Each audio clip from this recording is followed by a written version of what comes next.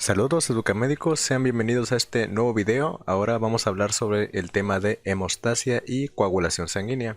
Este es un tema importante ya que básicamente aquí van a aprender cómo coagula la sangre, cómo se forman los tapones plaquetarios, las distintas vías para la coagulación sanguínea y cómo conseguir una hemostasia completamente. Así que, sin más preámbulo, vamos a comenzar. Primero, el término hemostasia significa prevención de la pérdida de sangre y esta puede darse por 4 vías: un espasmo muscular, formación de un tapón plaquetario, la formación de un coágulo por la coagulación sanguínea y proliferación del tejido fibroso sobre el coágulo para un vaso dañado. Comenzando con la primera vía, el espasmo vascular. Cuando ocurre la rotura de un vaso, este traumatismo hace que el vaso se contraiga, reduciendo instantáneamente el flujo de sangre que pasa por este vaso. Este reflejo puede darse por un espasmo miógeno local, por factores locales y de las plaquetas sanguíneas en esa zona, o por un impulso nervioso.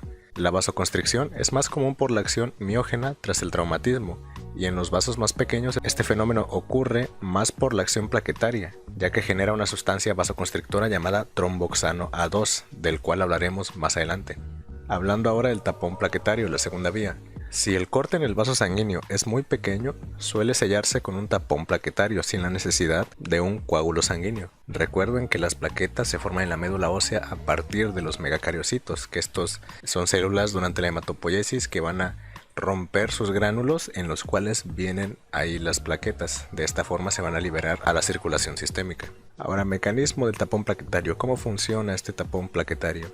Cuando las plaquetas entran en contacto con las fibras de colágeno de la superficie vascular dañada, cambian sus características drásticamente, ya que comienzan a hincharse y sus proteínas contráctiles comienzan a contraerse. Se unen a las fibras de colágeno y a una proteína llamada factor de von Willebrand, que se filtra en el tejido traumatizado liberando ADP, y sus enzimas van a formar el tromboxano A2. El ADP y el tromboxano A2 activan a las plaquetas cercanas para que se adhieran a las que ya lo han hecho a las fibras del colágeno. De esta forma, las plaquetas se atraen entre ellas hacia la ruptura del vaso, formando un tapón plaquetario. Al inicio es un tapón laxo, pero este logra bloquear la salida de sangre y posteriormente con la coagulación logra sellar completamente la ruptura de este vaso. Aquí este va a seguir una especie de mecanismo de retroalimentación positiva que vamos a ver más adelante, pero a grosso modo, mientras más plaquetas haya, más va a generarse tromboxano A2, que por lo tanto va a atraer más plaquetas y juntarlas para ese tapón plaquetario, y estas a su vez vuelven a generar más tromboxano A2, se vuelven a atraer más plaquetas y así.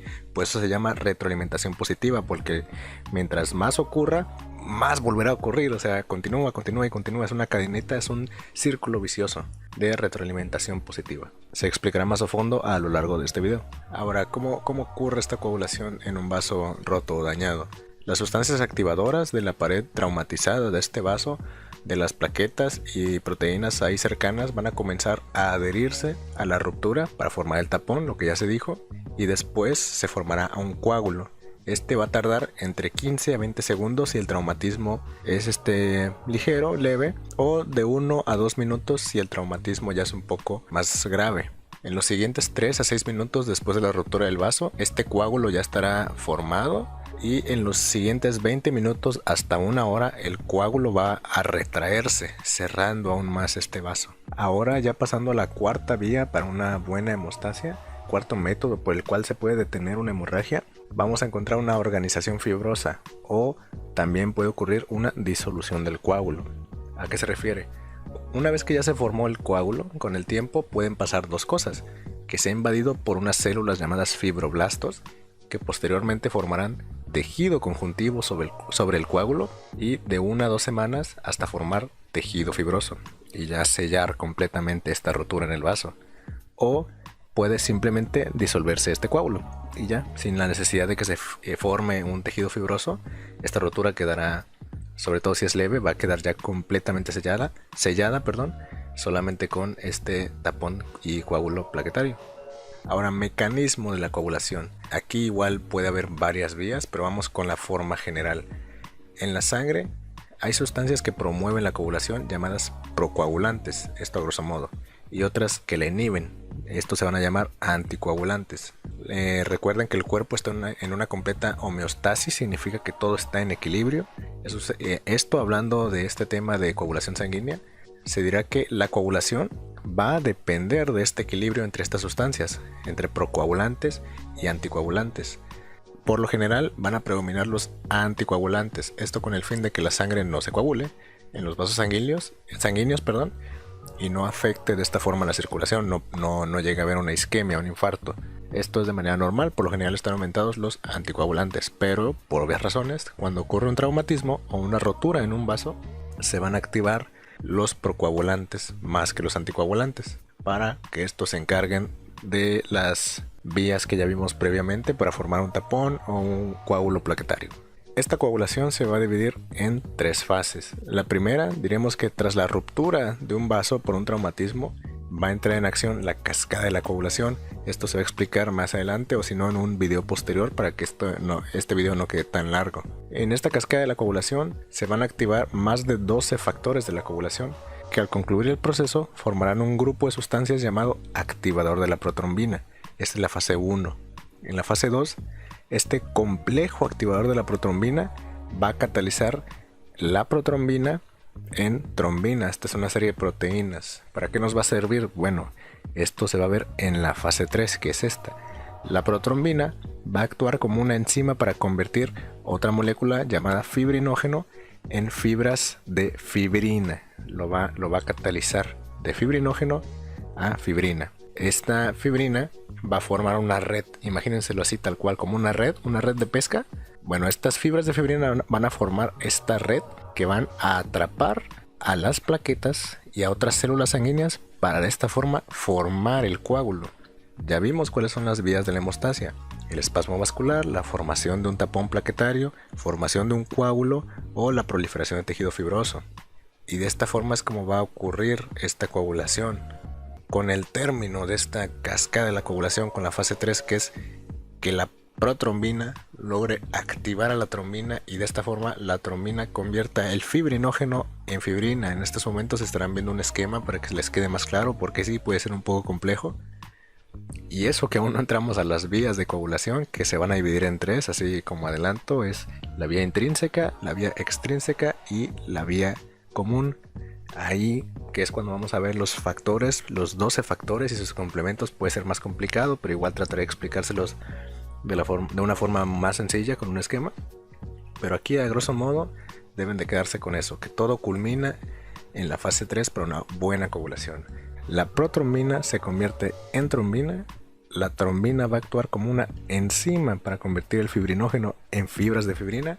Y recuerden, esto es importante, la fibrina va a actuar como una red, tal cual como una red de pesca. La red atrapa pescados, en este caso la red de fibrina va a atrapar plaquetas y células sanguíneas, para esta forma conseguir la formación de este tapón o coágulo plaquetario.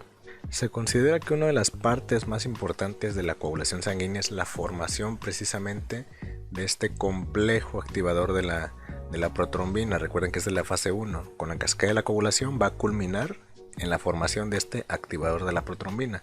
¿Y por qué este es de los pasos más importantes? Porque una vez ya formado el activador de protrombina, que va a hacer que pase de protrombina a trombina, el resto de pasos va a ser mucho más rápido, aproximadamente entre 10 a 15 segundos de que la trombina convierta el fibrinógeno en fibrina. Ya va a estar formado este coágulo, ya con el tiempo se irá contrayendo y haciendo más rígido, pero en sí el coágulo ya está formado. Esto es muy rápido, como se dieron cuenta, de 10 a 15 segundos. El problema es que si algo falla en los pasos anteriores, no podrá formarse este complejo activador de protrombina, la fase 1. Por lo tanto, no habrá coagulación y lo siguiente se va a traducir en una hemorragia. Por eso este paso es tan importante, la formación del activador de protrombina. Ahora este es otro paso muy importante. Se preguntarán, ¿y cómo hace la trombina para convertir este fibrinógeno en fibras de fibrina? Bueno, la trombina, como ya se mencionó antes, es una enzima que actúa sobre el fibrinógeno y en este caso va a eliminar de él 4 péptidos de su molécula en el fibrinógeno, formando de esta forma monómeros de fibrina. Imaginen que el fibrinógeno está formado por 4 minicélulas, o minimoléculas mejor dicho, minimoléculas, y cada una de esas moléculas es una molécula de fibrina. 4 moléculas de fibrina forman el fibrinógeno. La trombina lo que hace es partir este fibrinógeno en 4, lo va a partir en 4 y de esta forma va a liberar las moléculas de fibrina, 4 moléculas de fibrina por cada fibrinógeno, recuérdenlo. Estas moléculas individuales de fibrina, estos monómeros de fibrina, automáticamente se van a polimerizar en más monómeros, formando de esta forma una fibra, la fibra de fibrina.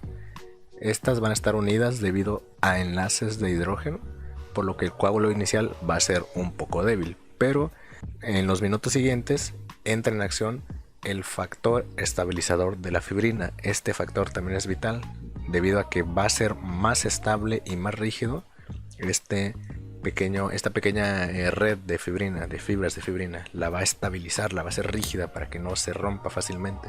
La trombina también tiene la capacidad de activar este factor estabilizador de la fibrina, por lo que genera a su vez enlaces más fuertes, por lo que también es importante que haya esta molécula de fibrina, debido a que sin esta no va a formar estas fibras de fibrina y tampoco va a activar este factor estabilizador de la fibrina. Ahora, hablando ya de la retracción del coágulo, recuerden que este era uno de sus últimos pasos, que de 20 minutos a 1 hora de formarse el coágulo se va a retraer, lo mencionamos al inicio. Bueno, una vez formado el coágulo, repito, de unos 20 minutos a 60 minutos, o sea 1 hora, este coágulo va a exprimirse y va a soltar un líquido. Ese líquido se llama suero, tal cual. Se llama suero para diferenciarlo del plasma. En el plasma hay más moléculas, hay más sustancias. En este suero no, en este suero ya no hay nada, es básicamente solo agua, digámoslo así. Este va a salir del coágulo una vez que se exprime, tal cual se exprime, como ustedes exprimirían una toalla, una ropa, una playera, lo que sea. Sale agua, de esta forma igual el coágulo.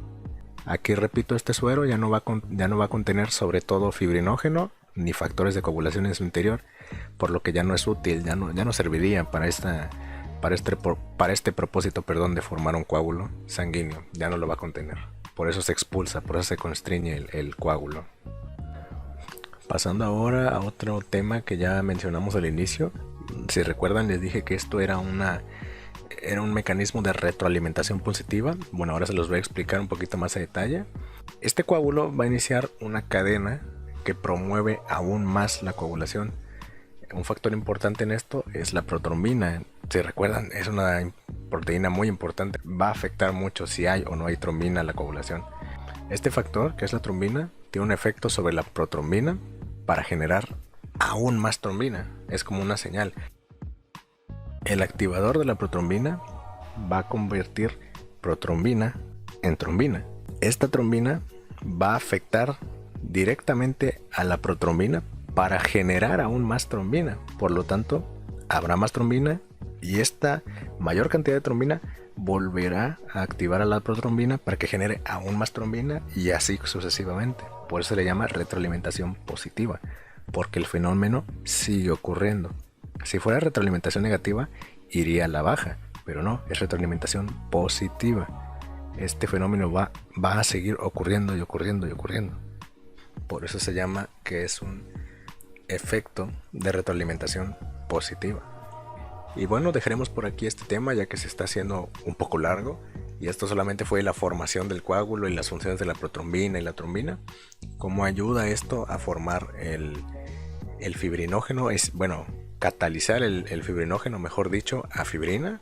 Y esta fibrina va a formar fibras de fibrina para de esta forma actuar como una red. Esta red, repito, va a atrapar plaquetas, células sanguíneas y plasma para formar el coágulo sanguíneo.